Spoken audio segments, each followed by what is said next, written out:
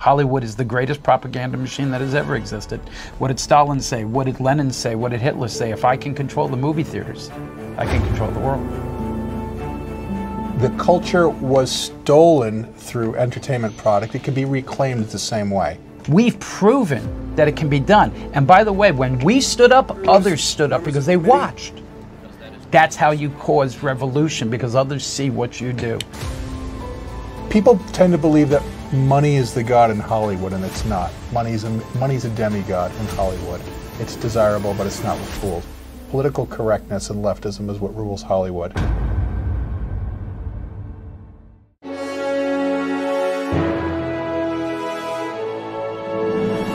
Welcome back, everyone. Now, as Hollywood has taken different hits, whether it's them trying to push their own political agendas through films and so on, or whether it's them just, well, dealing with the virus, an interesting shift we're now seeing taking place is a new Hollywood building up from the grassroots. We have with us here Cary Solomon and Chuck Konzelman. It's a real pleasure having you on Crossroads. Thanks for having us. Thank you very much. So I want to hear your story. Now, you did this film. I mean, I want to talk about Unplanned, but I want to talk first about God's Not Dead, because really you created one of the highest grossing films ever made, basically doing something that gets you blacklisted in Hollywood and burning your bridges with an industry that you kind of did what everyone's afraid of doing, and you showed that it works. And so I'm curious. I want to start by just how this happened. You were successful filmmakers in Hollywood, and you left that behind to take a real big gamble. I mean, what happened? We were in the secular industry for 17, 18 years, and it was horrible. It was dark, it was perverse, it was everything we weren't. It's political, spiritual, moral intentions were all evil in our opinion, and we were about to leave. We were legitimately about to leave the business because, I mean, our soul was being just destroyed. And through a series of miraculous things, and I can tell you it was miracle after miracle, we were called to come out of Hollywood and start a new Hollywood, which was basically where faith and family and tradition and all these things and truth matter. And that's literally how it started. God called us out of that and spoke to us, and we did what he asked. What was kind of interesting was we were represented by one of the big agencies at the time, and they had just booted a deal pretty badly. So we said we were leaving, and they're like, "Oh, where are you going?" And we said, "We're not going anywhere." And they thought they were willing to send someone over. They thought we were going to do something stupid. They thought we were going to commit suicide. And we're like, "No, we're not doing that. We're going into faith and values filmmaking." And then they're like, "Oh, the other career suicide." Right. What was really strange was then they didn't want to have any more conversation. In their mind, suicide was a reasonable option, but doing what we were doing, that was just beyond the pale. That was just crazy. Right. Yeah. So, I think on the outside, everyone kind of has their own idea of the darker side of Hollywood. We hear stories about it. I guess first off, you were working on some big films. Can you tell us a bit about some of the films you were working on and what turned you away from mainstream Hollywood? I mean, it was everything, any creative spirit you have is crushed by Hollywood because they take the attitude that if you don't think like us, if you're not an automaton, if you're not a machine that thinks the way we want, morally, spiritually, or in any other way, we don't need you, we'll destroy you, we'll crush you. So you're fighting, you're constantly swimming upstream. We did everything. We did movies with Stallone, we did Bruce Willis, we did the Stan Lee, all the Marvel stuff, God rest his soul. We did TV shows, we did a lot of stuff, but your heart gets rended when you can't create. If you're a creative person, you need to create. A painter needs to paint. But you can't paint what you don't believe. And so spiritually, morally, we believe in faith, we believe in family, we believe in truth, tradition, all these things. They don't. And so that was shocking to us. But then when you add a second layer, there's a tremendous darkness in Hollywood that people don't know. I used to say that if the people actually knew what was going on behind the scenes in Hollywood, it would be like one of those old black and white films where the villagers get the pitchforks and the torches and they come to burn the monster in the castle. They would burn down the studios. I'm talking about things that are unconscionable. Because the things that you see and hear on the Twitter feeds and wherever else that seem pretty awful, that's the public face. That's what everybody's willing to say publicly. What's said in private is a lot worse than that. And it's really, what's really interesting is that because we tended to be traditional and conservative, and we were practicing Christians, we would hear all this stuff because no one in the industry would think that you could possibly be of that mindset. So they would say all the terrible things right in front of you. And they would, because they figure that conservatives go around wearing swastika armbands or something. They really actually believe that. So, which is... Yeah, so they just say these things, and you're just like, you just kind of let it run off because, like a lot of people in the industry, and there are a lot of people like this, you know, you just have to kind of run silent and run deep if you're going to look to work in the industry for a while. But I think it's important for people to note that we chose not to run silent, run deep. We stood out. I think it's time for people to become muscular. I think you have to stand up. If you don't stand up, we're done for. And so what we do is we stand up. This is our ministry. This is our life. We fight for our country, our beliefs, and for the world, for family and all the things that we consider as righteous. So when we go to work every day, it's not work for us. This is our cause. And you know, we're carrying our cross in that way. And so if we get that attack, hey, we're doing something right. So we take joy out of it. I think the recent events of the last 6 months make it pretty clear that if we don't look to reclaim the culture, we're in a lot of trouble. And this is how we do it. The culture was stolen through entertainment product. It can be reclaimed the same way. That's very interesting. Now, actually, speaking of that, so that's what you guys kind of did. You left Hollywood, shocked them, told them you're going to make faith films, and I'm sure that was an interesting discussion.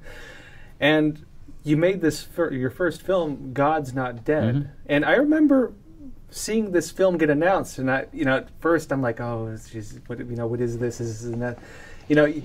You're so used to seeing the Hollywood machine working the way it does, and you just don't expect anything, good of that nature to come out of it. And so I thought maybe it's just some film with just a name, agenda-based name, but no, it wasn't actually. You really did take this kind of real moral, traditional approach. It was an unexpected success on every level. It was actually, now in retrospect, it was actually designed, the budget was minuscule. It was made for under $1 million.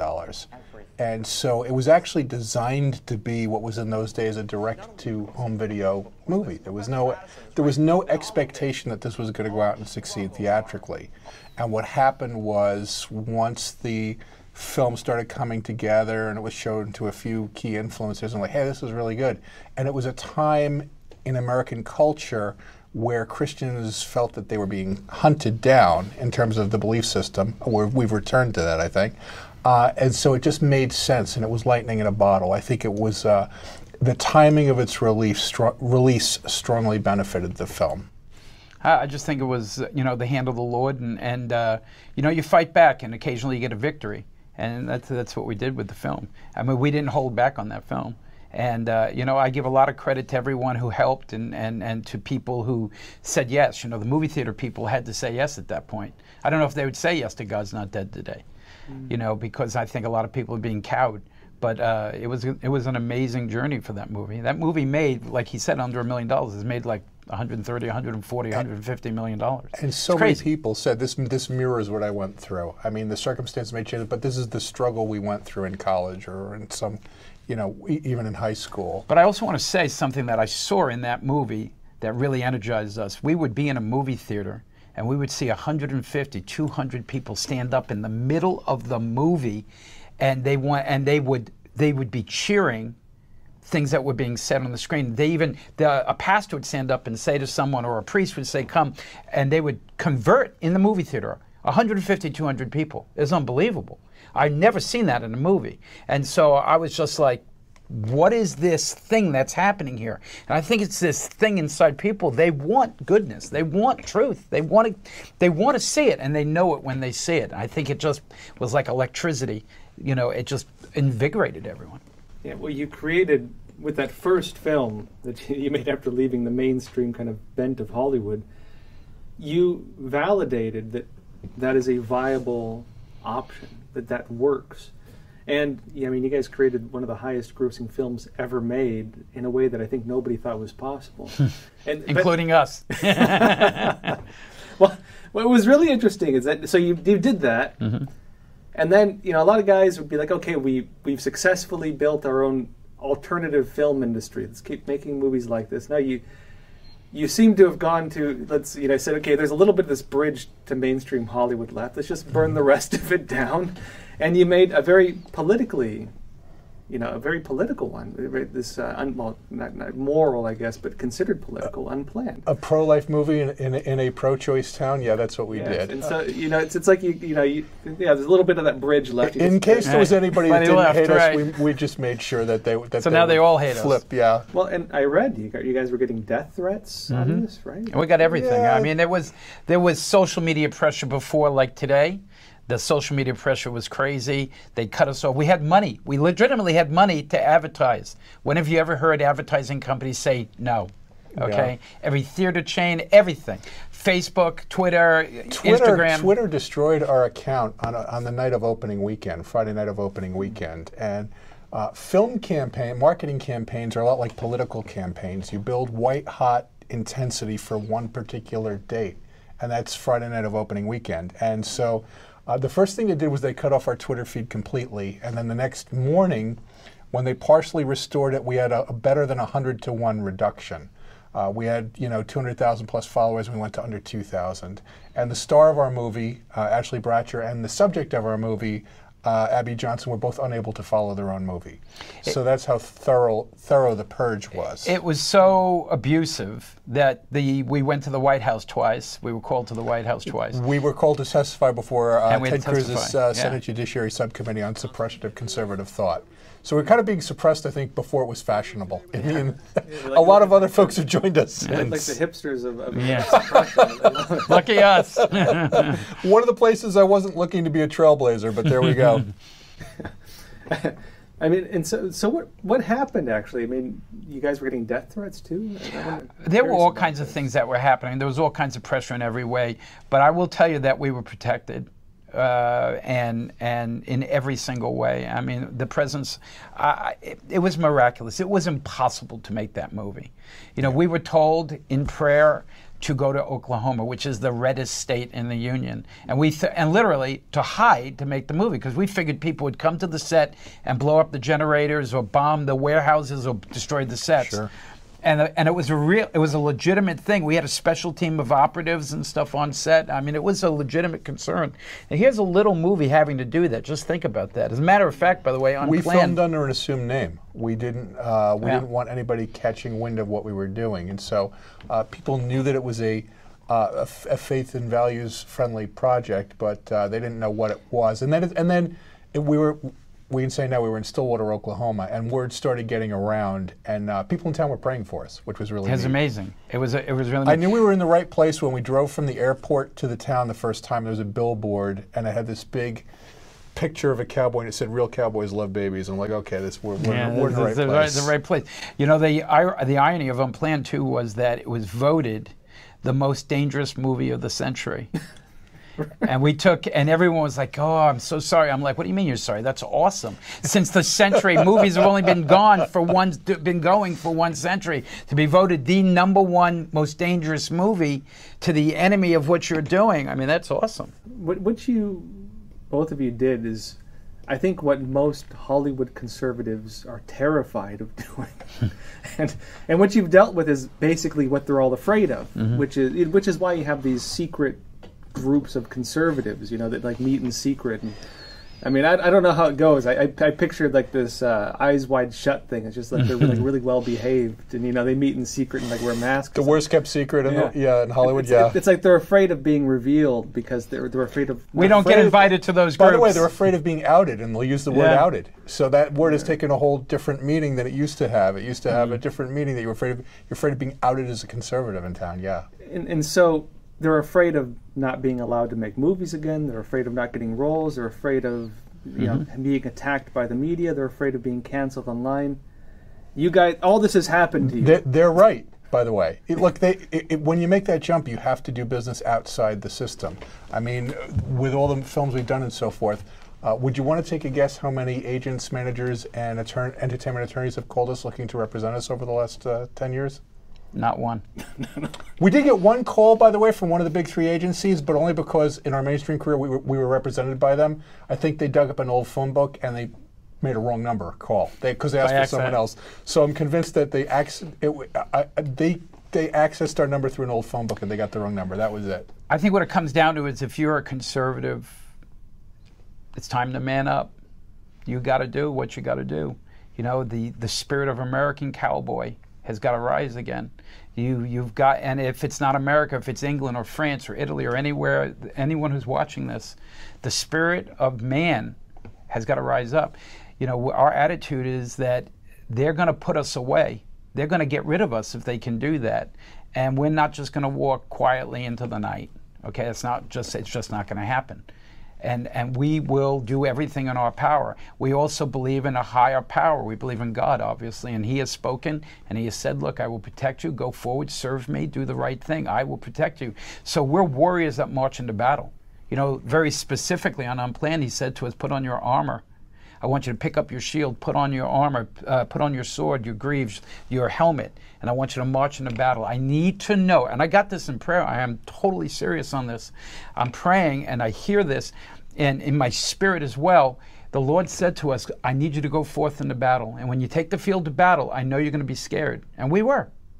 But when you go on the field of battle, you're going to look to the right and left, and you're going to see an army that is so immense against you that it will break you.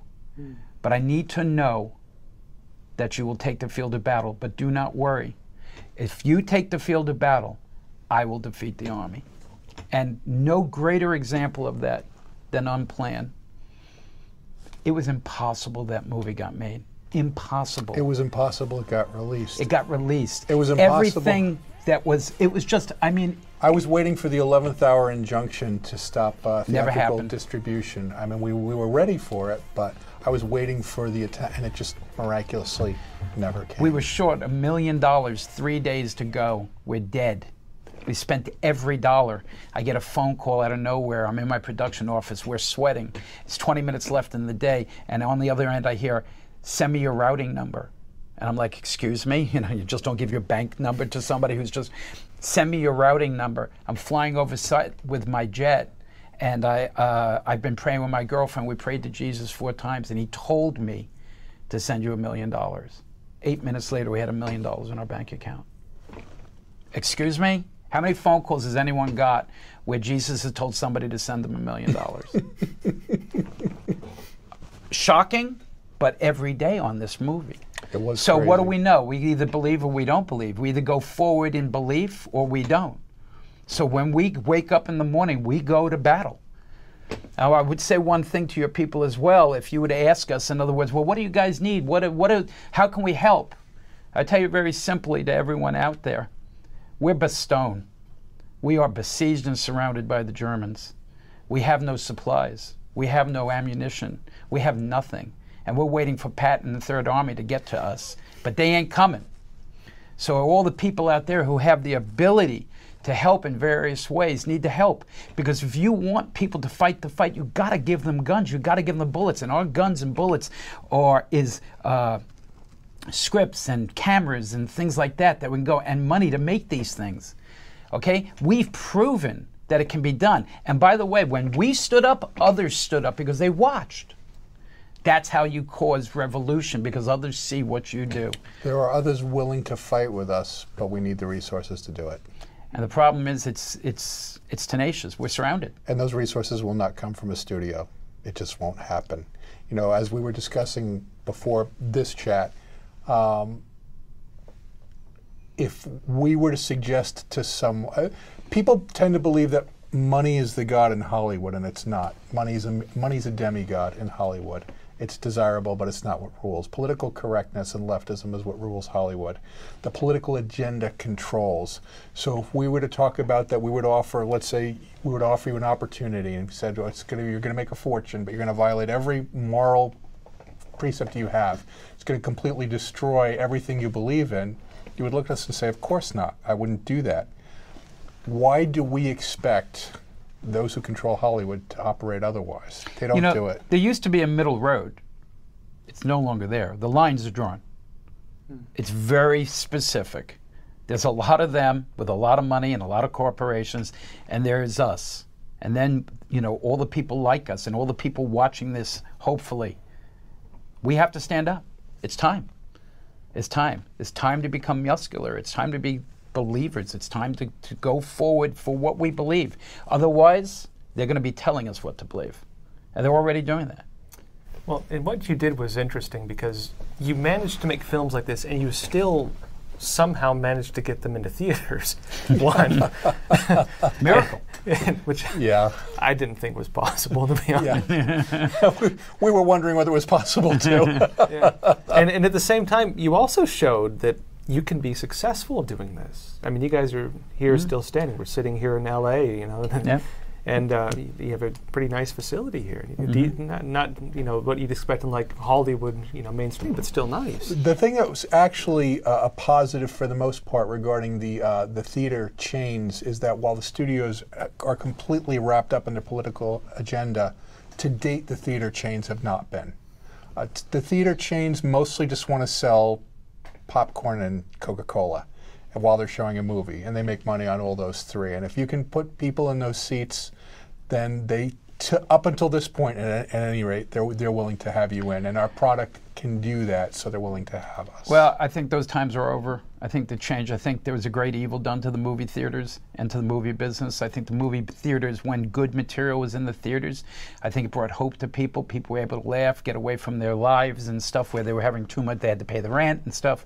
And I think that evil knew that and crushed the theaters intentionally. And I think that theaters are going to now be absorbed by the Hollywood studios so that they will have the theater money and they will have the streaming money. They won't lose a dollar, and now they control the means of communication to the American people and to the world. Hollywood is the greatest propaganda machine that has ever existed. What did Stalin say? What did Lenin say? What did Hitler say? If I can control the movie theaters, I can control the world. There's a reason for that. You guys really kind of broke the ice on a lot of this. You demonstrated that independent films can, one, be successful, two, can be of Hollywood quality, and three, can actually still exist within the ecosystem, even though they tried shutting you down every which way. What was the reaction among other people in Hollywood? Because I mean, I was shocked. I was reading online some of these other Hollywood conservative groups. It's like 1,600 members of some of them. I mean, there's not a small number of conservatives in Hollywood. It's just you don't hear from them. They're not in control. They're not in control of the means of production. So their talent or their film crews, by the way, there are tons of conservatives working on film crews. People who work in the trades, editors, you know, assistant directors, grips, gaffers, there's lots of conservatives there. They just have to be quiet. I think what happens is in a lot of cases that, like I said before, if somebody sees somebody doing something, they stand up, they follow, they're inspired, they're moved, they're motivated, whatever it is, in that and that happens in the business. You know, one of the problems with Christian films in the beginning was they were bad. They were just terrible. But you know, I say to people, in the 1920s, American films weren't great. You know, it takes time for people to learn the film process. And so what we aspired to do was to make real movies.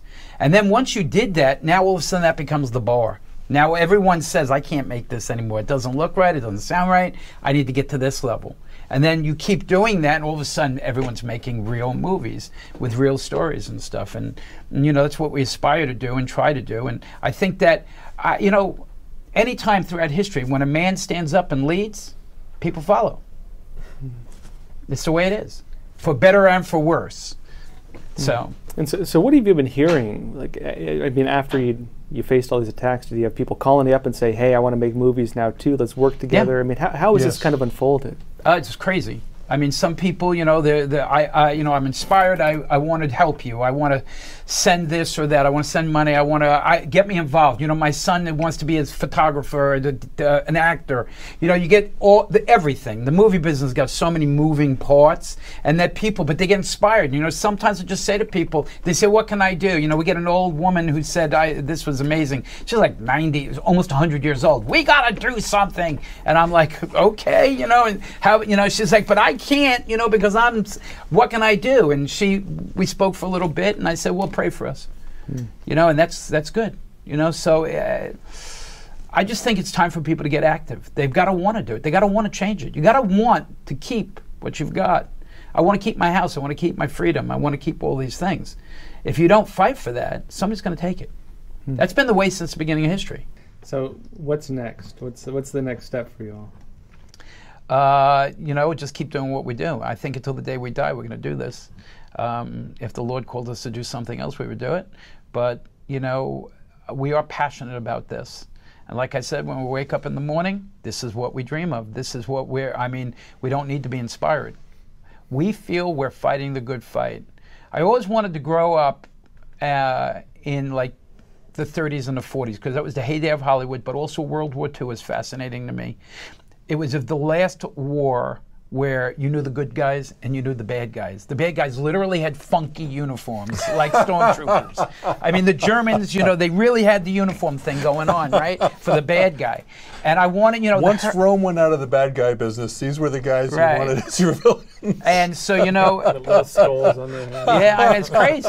It's crazy. But it was the last time where you could see honor and valor and courage and dying for a reason and a cause and righteousness and freedom. America was great. It was great at that moment in history. And then now, you don't know who the enemies are a lot of the times. You don't know who's lying and who's not. And I think we have to get back to that simplicity of knowing right and wrong, good from evil. Bible says very specifically, in the end, good will become bad and bad will be good. We're there. We're there. In my opinion, we're there. And so when we wake up in the morning, this is a holy crusade for us. We're not stopping, and we're going to do it every day until we die. And we hope that other people out there do it. It's just last question. I mean, if you were to tell anyone about what Hollywood really is, and based on that, why you're trying to do what you're doing, what would you tell them? We can get in trouble here. The mechanism as it currently exists believe that its mission is to strip America of those values we consider the highest values. That's their job. It's not incidental. That's their job. That they need to be separated from primitive superstition that is known otherwise as Judeo-Christian religious belief.